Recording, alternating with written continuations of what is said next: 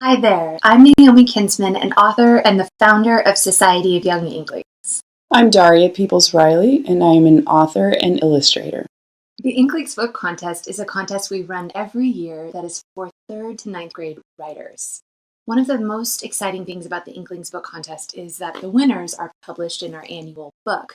But not only does that happen, we have finalists who are published on our website, and anyone who submits their work actually gets personal feedback. So this is an opportunity for you to hear from an author like myself or like Daria, and to really understand what's great about your writing and where you might be able to take it further. Let me tell you a few guidelines for the Inklings Book Contest. First of all, we take submissions from 3rd to 9th grade writers. You can submit a single story or a poem of any genre, and pieces may be up to 3,750 words. The Inklings book submission deadline is March 15th, so you can send it in by that date, by midnight on that day. You can submit your work at this web address, and on this web address, you'll also find other resources and an FAQ if you have more questions. So for today, what we're going to do is we are going to take you through an activity that should help you start thinking about a possible story or a possible poem that you might create to submit for the contest. So when you're working on coming up with a story idea, does that come to you naturally? Is it difficult sometimes? How does that work? It is difficult sometimes. I've had to get a lot better at paying attention to the world around me and coming up with story ideas when I'm not sitting down trying to write a story. So I think that I've become better at it as time has gone on because I've learned to jot down those ideas as I always keep something as a rolling idea. I do have sketchbooks, but sometimes I don't have my sketchbook with me. And so I'll just jot the idea down in my phone on my notes. And then when I go back to my sketchbook, I'll transfer the idea to my sketchbook. And then when I do sit down to create, I have reference. I have something that I can look at and say, oh, okay, yeah, that was a great idea, or that was a horrible idea. I probably won't use that idea. But just to get in the practice of being aware and paying attention to ideas and inspiration that finds us. Yeah. Might that be something like you see people doing something, or you hear a quote, or what kinds of things do you write down? Yes. So things that I wonder about, a lot of the times my stories are trying to solve a problem for myself or how to deal with difficult situations. For example, one story idea I went to go visit the library, and I realized that at a lot of libraries, children come into personal contact with the homeless. Mm-hmm. And a lot of times that's the only time a child might come into personal contact with a homeless person. And so I just jotted down really quickly, what it might be like. And for me, a lot of times my ideas come in sketches. So I just kind of sketched a child looking at a woman who was friendly, but she was also homeless. Mm-hmm. And just to come back to and say, is there a story here? And so I think that things like that, those occurrences, traveling gives me a lot of inspiration when I go to new places because I see things that I don't always see all the time, or different parts of town that I've never been to before, Mm-hmm. that sort of thing. Sometimes my ideas come from other genres that don't have anything to do with writing and illustrating stories, maybe a movie. Mm-hmm. Maybe music that I listen to. All of those things kind of inspire story ideas for me. I love that there's so many different ways. That's really, really wonderful. Yeah. And we're going to actually today do a few activities that might at first seem silly. We're going to write starting from some kind of random places. And the reason being that sometimes it's just, you just have to get yourself in motion. You just have to start writing something. Right. And even if the idea isn't the best one to start with, as you move into it and you get yourself in motion, sometimes you come up with the best possible idea. So the first thing we're going to try is we're going to think about a force of nature. So that could be a type of weather. It could be any force of nature. You could even use something natural like a big oak tree or something like that. On this page, though, I have a snowstorm or a sunset or a windstorm or a lightning bolt. So just think about some kind of force of nature that you could start with. Do you have one? I do. Do you want me to tell you? I'd love to know what it is. Okay. I'm going to choose sunset. Okay. I love it. And I think I'm going to choose a snowstorm. If we made that force of nature into a character, so you have your sunset, you can kind of picture what it might look like. I think definitely they would be orange, brown, and yellow, probably. Looks somewhat like a bird, maybe, because I don't know, when I think of sunset, I think of birds rising. They're like the very first ones awake, right?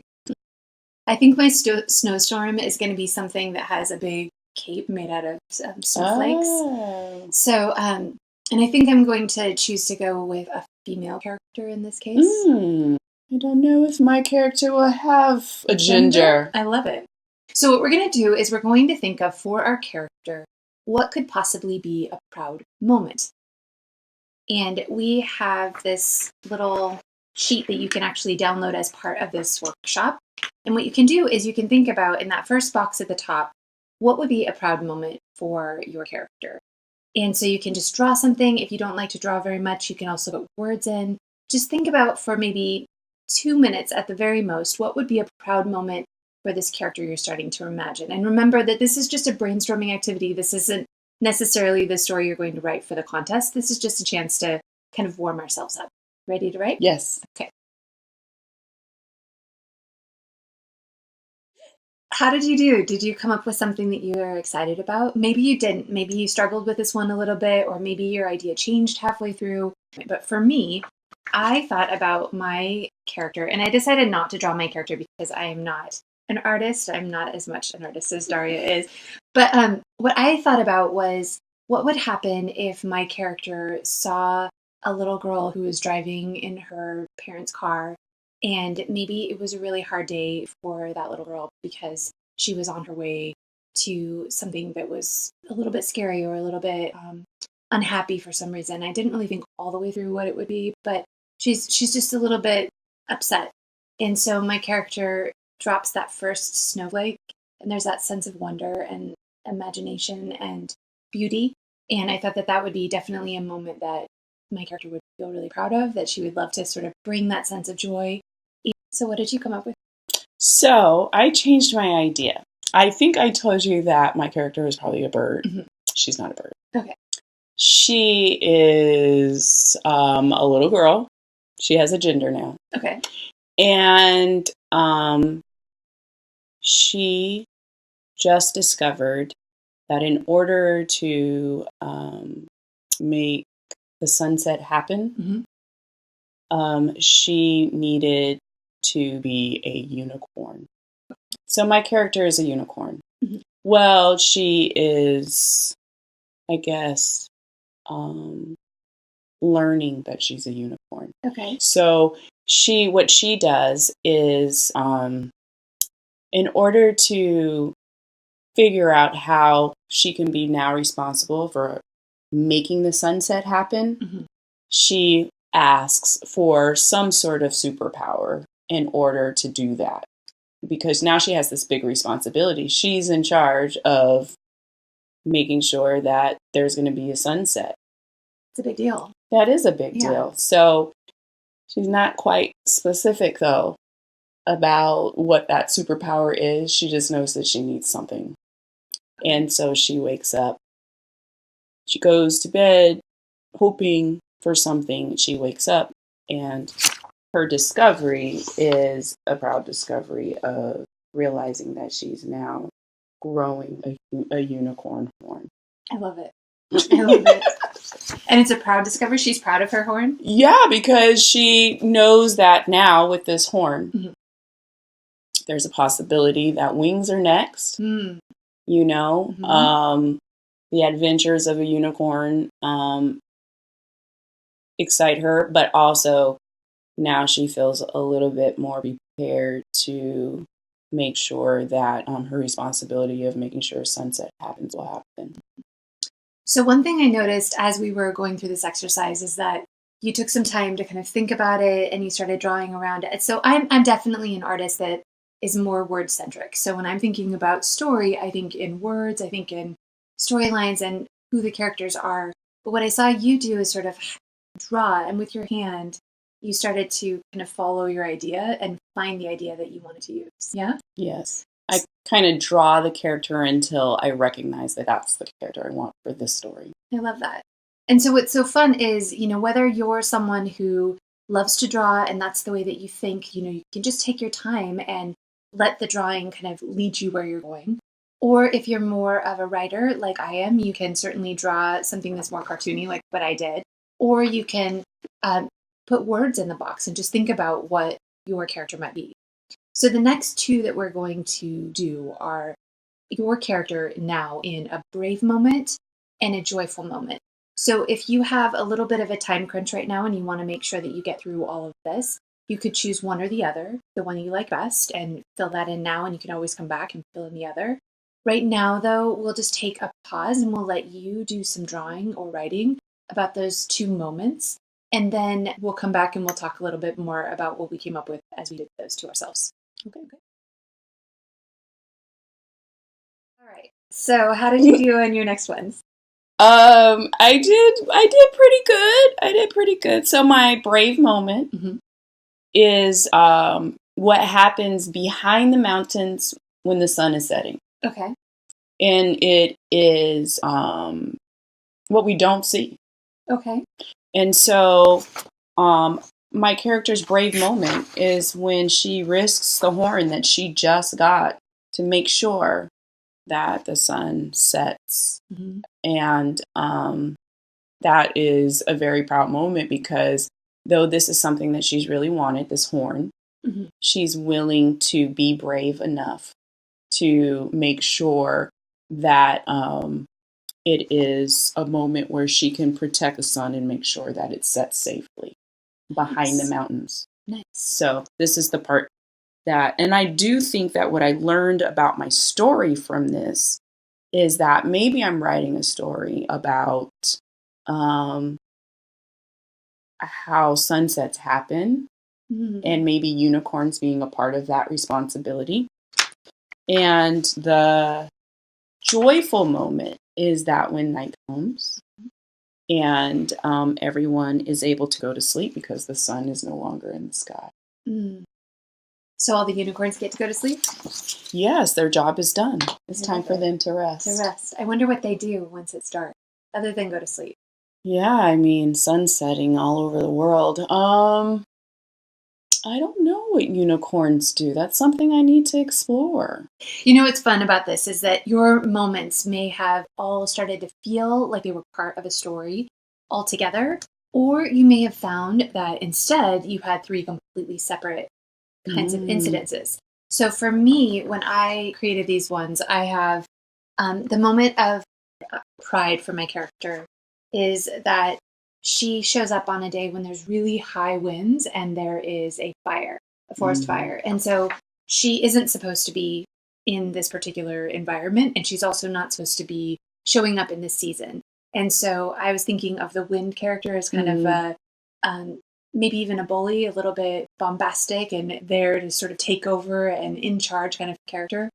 And so for her, the reason why it required bravery was because she knew that she wasn't supposed to be there, but she was going to show up and do her best anyway to put out the fire.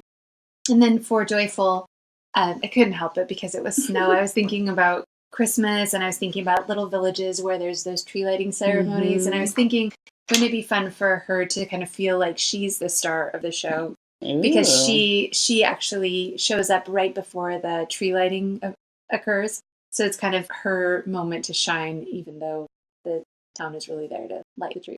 One of the reasons that doing something like this is great is because it just sort of gets you thinking about different kinds of moments for a potential character. It's possible, like Daria, you came up with something that you may want to follow further and see where you'd want to go. However, you don't always have to take these exercises and go straight to a story. You can also think about, okay, now if I was going to apply that to myself, how might I create a little moment about my own life? And you can think about a time when you've had one of these emotions in a strong way in your own life. So in the next row of boxes, you'll see that there are 3 for beginning, middle, and end. And this is really just to get a very simple sense of a story you can tell. And in the Inklings book, you can certainly write a story or a poem about your own life. And sometimes the best way to get started, especially with a poem, is just to think about the way you felt in a particular moment, and then to think about where you'd want to take out with poetry. You don't have to stick to the story, but you can if you want. So in this case, we're going to think about choosing one of the emotions above, so pride, bravery, or joy. And you're going to think about a moment in your own life when you felt one of these in a strong way. And then you're going to think about the beginning, the middle, and the end of that moment. And then we'll come back and talk a little bit about what we put down and how we might shape that into a story that we could write about our own lives. So as you were thinking about your own life, you may have had a lot of ideas, and sometimes it's hard to think about ideas. I hear a lot of my youth writers that I talk to say, nothing ever happens to me. And so sometimes it's hard to come up with those moments from our lives. How is it for you? Is it hard to come up with something? Yeah, I kept thinking about something big that happened, and then I thought, well, why does it have to be something big? Okay. So yeah. Once I thought, oh, well, maybe it doesn't have to be anything like huge or epic. It could just be something simple. Then I got an idea right away. I love that. I recently read a piece by a young writer who most of the story took place on a bus. She was riding the bus, and it was so beautiful and it was so well written that, the fact that it wasn't this life-shattering moment didn't matter at all. It was just gorgeous. So keep in mind that it doesn't have to be something that is, life-altering. Right. Even, really what we want to know is how it felt to you and really get into that moment and the emotion of it. Right? So which emotion did you choose? I chose joy. You did? I did. I love it. Okay. Yeah, I chose joy. Do you want me to go ahead? Go ahead. Okay. So, my joyful moment, actually, when I think about the happiest that I am throughout the day or the month or the year, is when I'm painting. There's a lot of steps to making a book, right? Right. But my favorite step is painting when it comes time to paint. And so at the beginning, I have an empty canvas that's completely empty. And then, as you can see, during the middle, there's lots of times I've practiced. But it didn't turn out quite how I wanted it. But I'm still hard at work. And in the end, I come up with the painting that I wanted. And that is a feeling of joy for me. I love it. So I chose bravery. Okay. And when I was thinking about this, when I was little, I was so afraid of roller coasters. And I was no fun to go to amusement parks with because I would just bawl and I didn't want to go anywhere. And it was not fun. But just recently, I decided it was time for me to go on the upside down roller coaster. So there's the beginning of this moment when I was looking at the roller coaster and thinking about what it was going to be like to be upside down. The thing about the upside down roller coaster is that once you're on it, you don't get to stop. No, you don't. You have to go. Right. So the middle, of course, is being upside down. Oh, yeah. And the end was me being so excited that I wanted to go again. Oh, you wanted to go again? Oh, that's awesome. Yeah. So I was thinking about that and thinking about if I were to wrap it up and think about writing this down, I might talk about how that feeling of being on the roller coaster and being willing to strap myself in, knowing that I had to go through with the whole experience, sort of what that relates to in my life in other ways. Because there are some types of courage that require, stepping in small inches. And then there's other things that once you commit to doing it, you have to go through with it all the way. And so this was something that I think really taught me that it's okay to just dive in and see what will happen. True. So the very last thing we want to do is we want to think a little bit about a character. So if you don't necessarily want to write about your own life, you can always take something from your own life or take a feeling that you've experienced and then give that to a character. And you can start a character in all sorts of ways. So we saw how Daria started by just drawing and really trying to explore and figure out who her character was. It might just be a quick idea, like my idea of the snow, whoever this person is with the cape. It could be, just a little bit of personality. Or sometimes I see people having a really effective way of starting a character just by saying it's going to be someone a little bit like me. Mm-hmm. Maybe someone who's about my age. And they just start from that and they go. So we're going to play a quick game that's called Choices. Okay. And in this game, you are going to choose one thing or the other. They're usually opposite choices. So there may be some times where you don't like either choice. You don't want to choose one. There also may be some times where you like both choices. Okay. And the point of forcing yourself to choose is that all of the ideas that pop to mind as you think of the objections you have to the choice you're making are the really juicy details about your character, because it helps you to know, oh, they would do this except for in this circumstance when they would do something different. Okay. So forcing yourself to choose is good. So for this game, we'll have slides and we'll present you with a choice. And you can either, if you want to, you can stand up and actually move to one side of the room or the other if you are with a group of people. But you can also just, where you're sitting, either point to one side or the other or just make your choice where you're sitting. So the first choice we're going to make is your character going to be a human or a non-human? Make your choice. So next up, does your character live in the city or do they live elsewhere? I was very specific choosing elsewhere because there are a lot of different places that might not be a city. And as you choose, think about what kind of city or what kind of elsewhere. All right, next up. Does your character have a big family or a small family? Often people will ask me, well, what is a big family? What makes a big family? So you get to decide what big and small mean to you. All right, so once you've made your choice, next up is your character a rule follower or a rule breaker?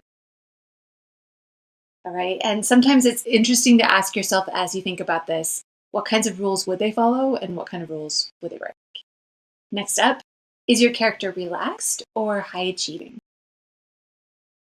And is your character more generous or more self-focused? Is your character more logical or more emotional? Is your character quick to react or slow to react? Which might go along with the logical and emotional. Mm-hmm. And last, is your character healthy or unhealthy? In their own opinion or in yours? Okay, so we're going to pause this and we are going to think about how you can use some of these choices to make a character. So we have thought now about our characters a little bit. Was there a choice that was particularly interesting to you? Well, about halfway through those, I decided that I probably would like to write about a character who's completely opposite from me. Oh, interesting. Okay. Yeah. And did you actually change the character when you made that choice? Yeah. Yeah. Because I think if we start from ourselves and then we see a choice that might be a different side of ourselves that we've never explored, that we could do it through a character. Now, Daria, you and I have talked a little bit about how sometimes a character's arc or their journey through a story is really about them believing one thing to start out with and realizing that maybe that's not so true, right? Yeah. How do you think about that? Yeah, for sure. I think that there are experiences that we have that guide our thinking from that moment on. For example, I think for me, one thing I could really think about is friendship.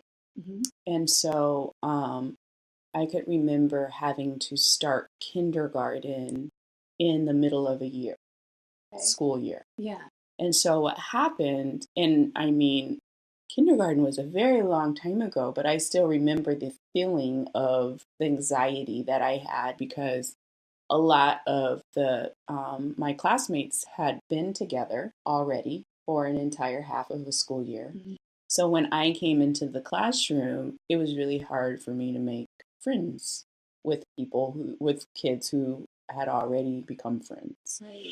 And so I think from that experience, moving forward in first through fifth grade, I had this misbelief that if there were already friend groups, they wouldn't want me to be a part of them. Yes. Yes. Does that make sense? Absolutely. Okay. Yeah, actually, I moved to a new school.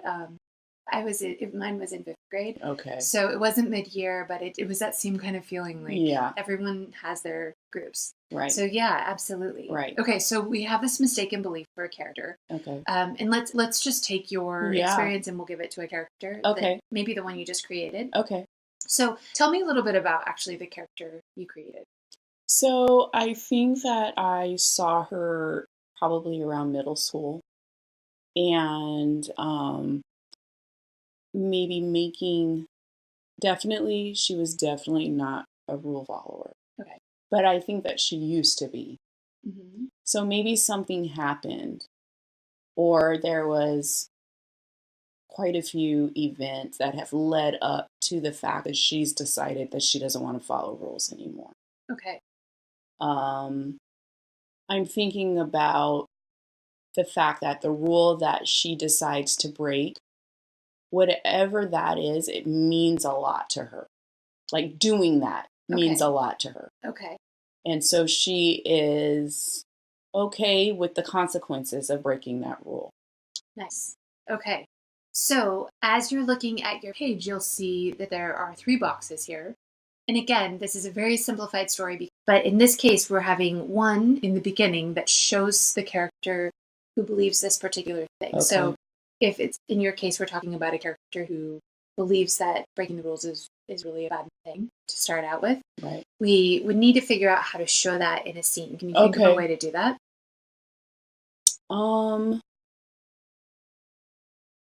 Maybe when she sees that when you break the rules, you get in trouble with adults. Okay. And so that's where that belief comes from, is that kids who are good are kids that listen to rules, and kids who are bad are kids that break rules. Okay. And so would your character see someone breaking the rules? Right. Okay. Yeah. So I think she sees maybe a sibling break a rule. Okay. Okay. And then she sees that sibling get in trouble for breaking that rule. And so she just wants to make sure that she doesn't break rules because she sees the consequences of a sibling that's grounded or doesn't get, the things that they want anymore that used to be privileges. Mm-hmm. What happens in the last box on this page is just that you think about what is the outcome of that situation. So for some of you, you may find that this is actually just your first scene. So it's your character seeing, who's your character to start with, what starts to change their mind a little bit, what's the outcome of that, and that outcome can lead to a sequence of actions that will lead them into story. But ultimately, what we want to think about is how this belief that your character has kind of shaped their life in some way, and how changing that belief changes your character. And you get to decide whether it changes them for the better or for the worse, because these are the kinds of things that happen in our lives. But as you're thinking about your story, that's sort of where you're going. You're trying to think about how do I show the belief in the beginning? How do I show the opportunity for change? And then what's the outcome? Okay. I'll give you a chance to do a little bit of writing. You may not get through all of this because this is a lot more thinking. So take some time to do that. And then at the very end, we'll tell you just one more time about how you can get ready for the Inklings Book Contest. I hope you had some fun thinking about this, and you can certainly keep thinking about your character. I know that sometimes when I try to shape my character into a specific idea that someone else has given me, like in this case, that they have a mistaken belief in the first moment and then they have an opportunity, I actually struggled this time to come up with a character I really was enjoying. So I may make some changes to this character as I think forward. But I'm curious what you came up with. Did you stick with the same character? I stuck with the same character, but instead of her making her empathetic towards her brother, I made her joyful that her brother got in trouble. Okay. So, the belief is that when you don't listen to your parents, you get in trouble. When you don't listen to the law, you get in trouble. And so her brother is involved with this black bike crew, and they do tricks. Like on the streets, they don't ride in the bike lanes. Like they just do whatever they want to do on their dirt bikes and in the middle of the roads. And it's quite a few boys that are doing this all at one time. So when they're riding down the street, cars have to pull over, and their community is really upset about them doing this. And so when his parents find out that he's been involved in this bike club, he gets in really big trouble. And she's kind of happy that he gets in trouble because you're not supposed to be riding in the middle of the street, like not listening to traffic laws. That doesn't make any sense. So I think she's also a logical person. Okay. Right? When you do A and then B, you get C. Right? You have a rule, you break a rule, you get in trouble. That's the way the world works. Mm-hmm. Well, now that her brother is grounded, the turning point happens when her brother is at home with her all the time. And he begins to teach her these tricks that she is riding on the bike now. And she's able to do some of the tricks that her brother and his friends do all the time. And then the outcome is that she decides to go on a ride with her brother against her parents' back. Got it. All right, good. So in these boxes, we're talking about a mistaken belief, which her mistaken belief is that she will get in trouble with her parents or the law if she does something wrong. It's possible that belief was true, though, right? Right. She might actually get in trouble. She might. But it also sounds like she is starting to realize that sometimes there's also fun and joy in things that are a little around the edges of things, right? So it's possible that she's starting to step into her own personality a little bit more through this experience. There's a lot of interesting things about it. It could be the kind of story, it could be a cautionary tale. It could be. Or it could be a story of her sort of realizing that, sometimes it's okay to break the rules as long as you're being safe, and she could kind of navigate that story. It would be interesting to see where it goes. Yeah, I think that she is going to discover some things about herself, but I think she's also going to discover some things about this group of kids who the community thinks are so bad. So, and maybe that's really where the mistaken belief is these kids are just bad people, right? Interesting. Yeah. Okay, I like it. So, for those of you who are taking part in this workshop, we're so grateful that you came and you enjoyed some of these activities with us. I hope you got lots of ideas. I know we talked a lot about story today, not so much about poetry. But when I'm thinking about creating a poem, I often try to start with one of these strong emotions and then have the poem really encapsulate what that feels like. And of course, you can always write a narrative poem as well. So there's lots of different opportunities as you explore poetry or stories. So you can certainly use any of the ideas you came up with today for your submission, or you can start a new piece using some of the tools that we talked about today. The Inklings has a course that you can take that has little videos, they're shorter than this one, that just take you through quick activities that you can use to draft your piece as well as to revise it and make it the very best it can be. So the Inklings book submission deadline, just so that you have it, is March 15th again, so don't forget that. And then you can submit at this page, and also on this page you'll be able to find that workshop and that material so that you can learn some more about story writing and writing poetry and really create a piece that you're excited about. Any final thoughts for everybody as we go? I just wish you all well. Be creative. Trust yourself, trust your ideas, and have fun. Enjoy the process. Absolutely. We hope you have a lot of fun. And remember, if you submit your work, you're going to get to hear back from someone who's excited to encourage you and to give you some helpful and constructive feedback. So we'd really love it if you would share. Take care.